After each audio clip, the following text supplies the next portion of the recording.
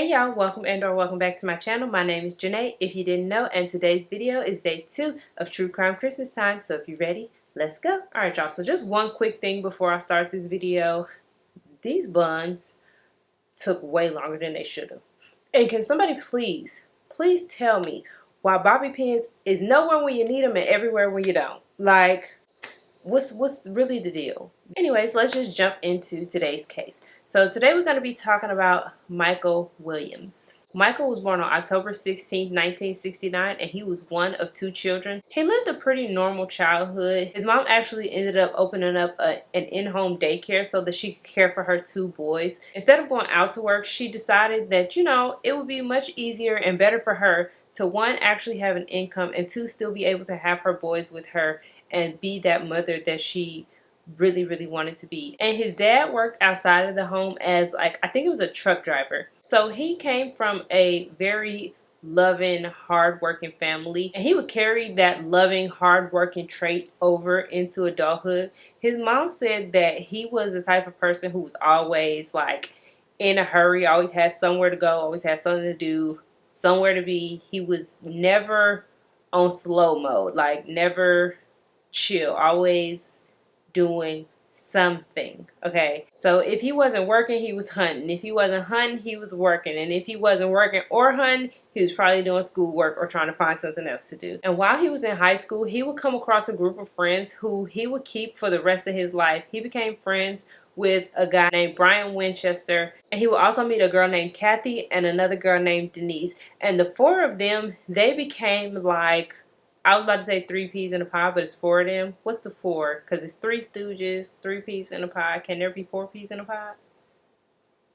I don't know. Anyways, the 4 of them, they were pretty much inseparable. Michael and Brian, they bonded over the fact that they loved to duck hunt. And the girls, well, they were pretty and they liked them. And so obviously they was going to tag along. And this friendship would last through high school and beyond, because while Brian and Michael remained best friends, Michael ended up marrying Denise and Brian ended up marrying Kathy. So they were just like 2 sets of high school sweethearts who were best friends, and it was the cutest little thing. And Michael and Denise ended up getting married on December 17th of 1994, and just a couple years later in 1999 they will welcome their baby girl. Now, by all accounts, everything seems to be going just fine with Michael and Denise. They have their new baby girl. Michael is a real estate appraiser and nothing seems amiss. They seem like a fairly happy couple, but as we know, these stories don't stay that way. And unfortunately, just a day before their anniversary, on December 16th of the year 2000, Michael would leave the house early in the morning to go on a duck hunting trip, and he would never return. So remember I told y'all Michael was always doing something. He loved to duck hunt, and he figured that he would take one more trip before he and Denise went on a trip to celebrate their anniversary.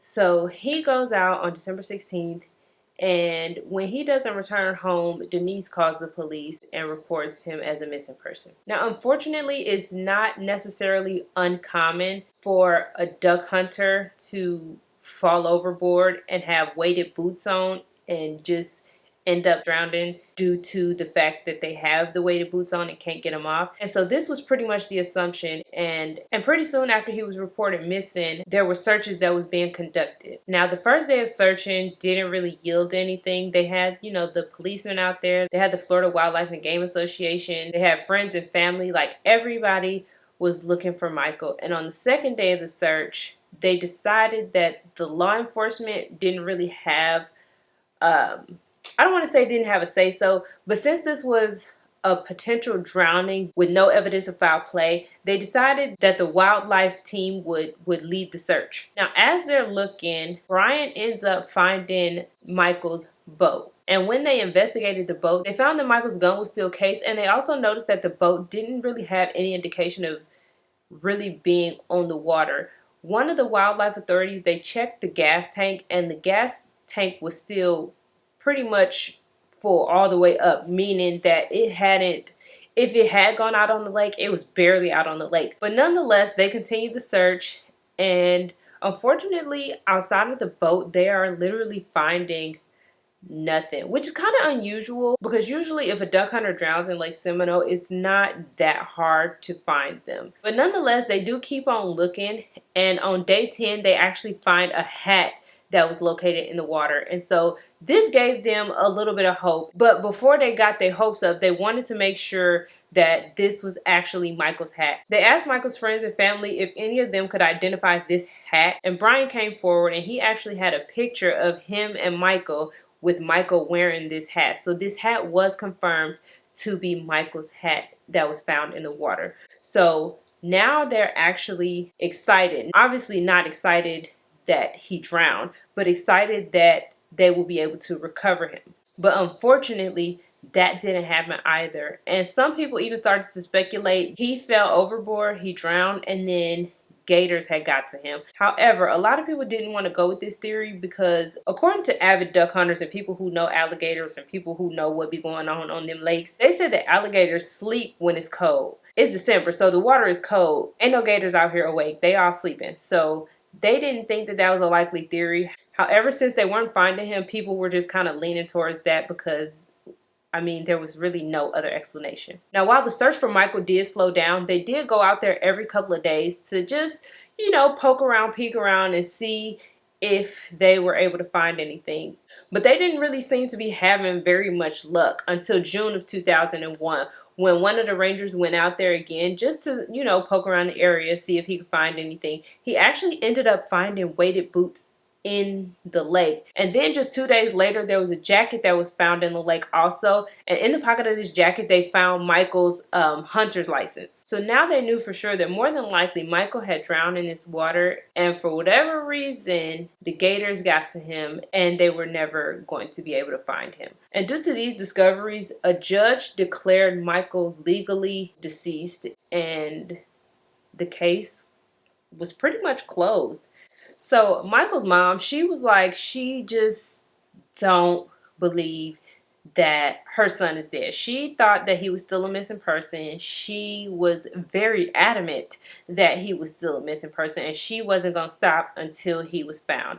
And she did not. She put up missing persons flyers. She made a picket sign. She had billboards, the whole nine. And even though Denise was devastated, she did, you know, she tried to move on, not right away, but she just tried to live this new life without Michael, being a single parent, just learning how to cope and deal in the absence of Michael. And as the years went on, Denise started dating and seeing other people, and like I said, just trying to figure out how to maneuver in this world without her husband. But Michael's mom, she did not accept the fact that her son was dead. She didn't believe that he was dead at all. And because she kept pushing for her son as a missing person, Florida law enforcement decided that they would take another look at Michael's case.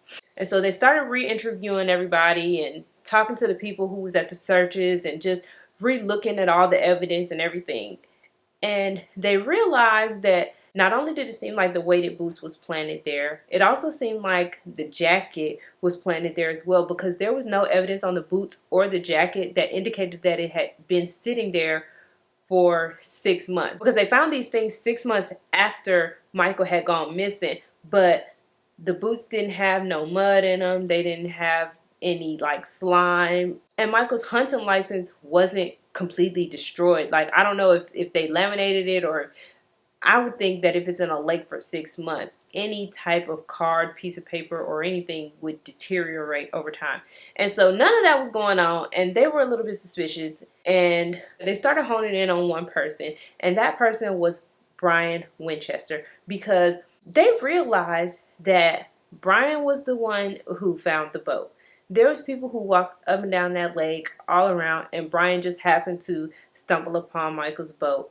And not only that, Brian also identified this hat as the one being Michael's. And so that was just a little suspicious for them. And so they started digging a little bit deeper, and they realized that Brian had opened a $1 million life insurance policy for Michael. Now, he did not take this out on him. Let me try to just make that clear. He didn't take the policy out on him.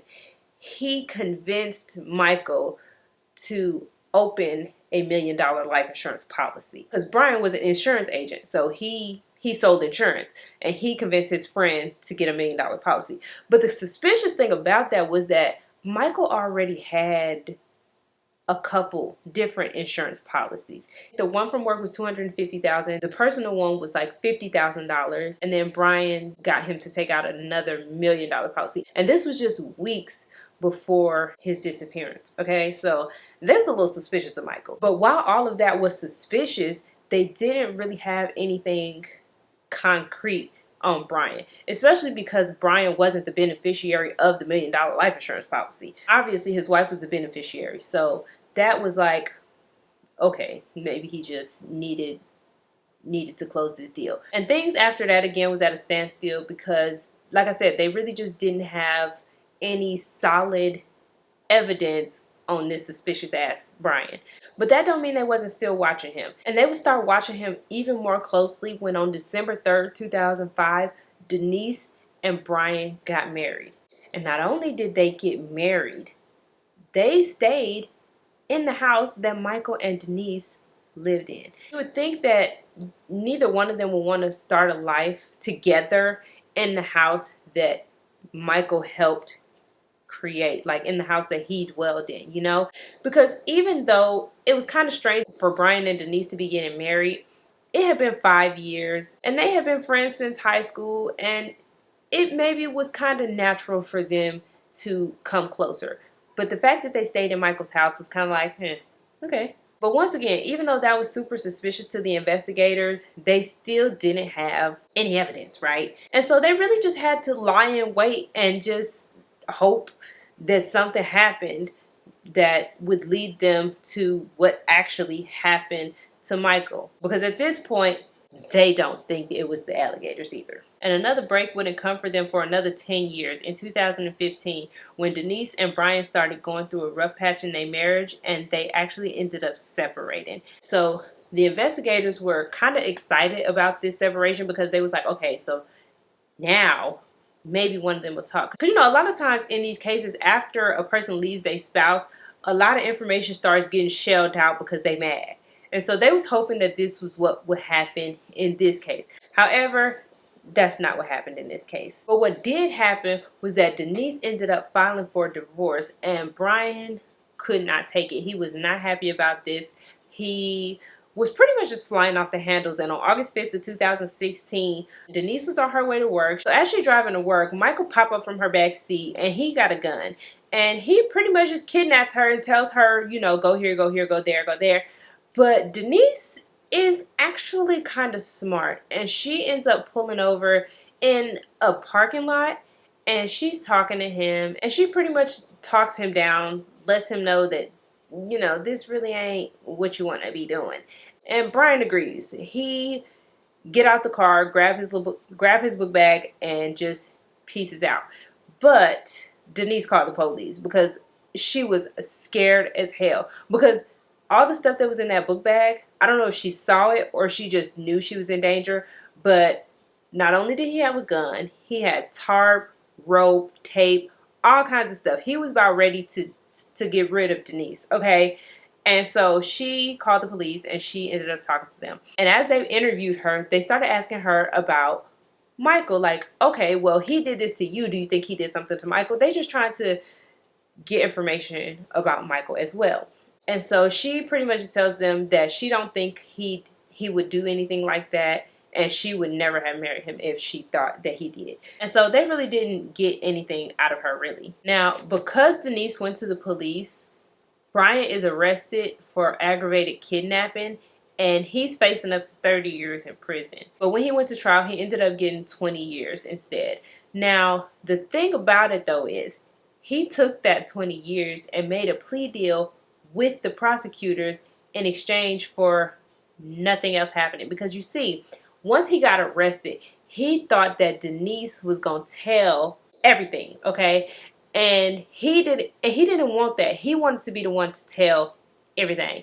And so he made a plea deal. He took the 20 years, and he would get no extra time for anything that he revealed about Michael's disappearance. So he started talking. Now, this is Brian's side of the story. He said that he and Denise had been having an affair since 1997, back when he was married to Kathy and she was married to Michael, and they've had this long-going affair for years. They wanted to be together, but Denise was very anti-divorce. She was all for appearances, did not want to be known as a divorcee. Like, it was not happening for her. So he said that Denise's solution to this was for Kathy and Michael to be killed. However, Brian was like, you know what? I don't have to kill my wife. I will just divorce her. And so that's what he did. However, like I said, Denise wasn't here for the whole divorce thing. And so she wanted to go through with the plan of killing Michael. He said that the plan was to go out on December 16th on a duck hunting trip with Michael, make sure he was wearing weighted boots, and push him in the water so he could drown. Right? That was the plan. So everything went according to plan until it was time for Michael to drown. He said that he told Michael to stand up somehow. He got him to stand up and he pushed Michael into the water. Now, once Michael got into the water, though, he was able to hold on to a stump and he was begging Brian to help him, like, you know, pleading for his best friend to help him out of this water. And instead of helping him out of the water, Brian shot him. And once he was sure that Michael was dead, he concealed Mike's body in tarp and he took it to Gardner Road. And this is where he said that he buried Michael's body. And on October 18th of 2017, after digging for 5 days, police uncovered the remains of Michael Williams. And y'all, the saddest thing is that he was wearing his wedding ring. So finally, they had what happened to Michael and where he was. And his mom was so devastated because this whole time she was not claiming that he was dead until she had proof. And now that she had proof, like, she really had to come to the realization that her baby wasn't with her and he hadn't been with her for 17 years. Not only that, Gardner Road was only 5 miles away from her house. He was buried 5 miles away from his mother's house the entire time. And Brian knew that. I don't think Denise knew, but Brian knew that. So because Brian implicated Denise in this conspiracy and this murder, she was arrested on May 8, 2018, and she was charged with first-degree murder and conspiracy to commit murder. And throughout the trial, they really just tried to make it seem like Brian was an obsessed, crazy, stalker, love-obsessed, couldn't get over Denise type person, and he killed Michael. And he killed Michael because he wanted Denise all to himself. I mean, after all, he did kidnap her after she decided to divorce him. So it's like, yeah, you was kind of crazy. But he was not this love crazy person who thought of this himself. And I'm going to tell you how I know that. I know that because Denise wrote this man a 17-page letter. She wrote this man a 17-page love letter. Baby, all you getting out of me is foe. And she wrote this letter during the time when Brian was supposed to be rekindling a relationship with Kathy. Because I remember I told y'all he and Kathy were married. And at some point they had divorced. Him and Denise had started dating, but secretly. It wasn't out in the open. And then at some point he just told Denise, you know, he couldn't do it and he was going to try to work things out with Kathy. And that's when she wrote him a 17-damn-page letter. In the end, though, she was found guilty on all counts, the first-degree murder and the conspiracy, and she was sentenced to life in prison. However, she appealed that sentence, saying that the prosecution failed to provide proof that she was actually a part of the murder. And that conviction of the first-degree murder, it got overturned. However, the conspiracy did stick, and so she is serving her 30-year sentence for the conspiracy to commit murder. But yeah, y'all, that's all I have for you guys today. Thank you so very much for watching. Don't forget to like, comment, and subscribe, and I will see you all in the next one. Hey y'all, welcome back to my channel. My name is Janae, if you didn't know, and today is day 2 of, I was about to say Halloween. No, we did not do the rest of Halloween. Let's stop playing with yourselves. What the hell is that? Not like that though. Ooh. So she is serving out the That's your best friend, bitch. I don't know.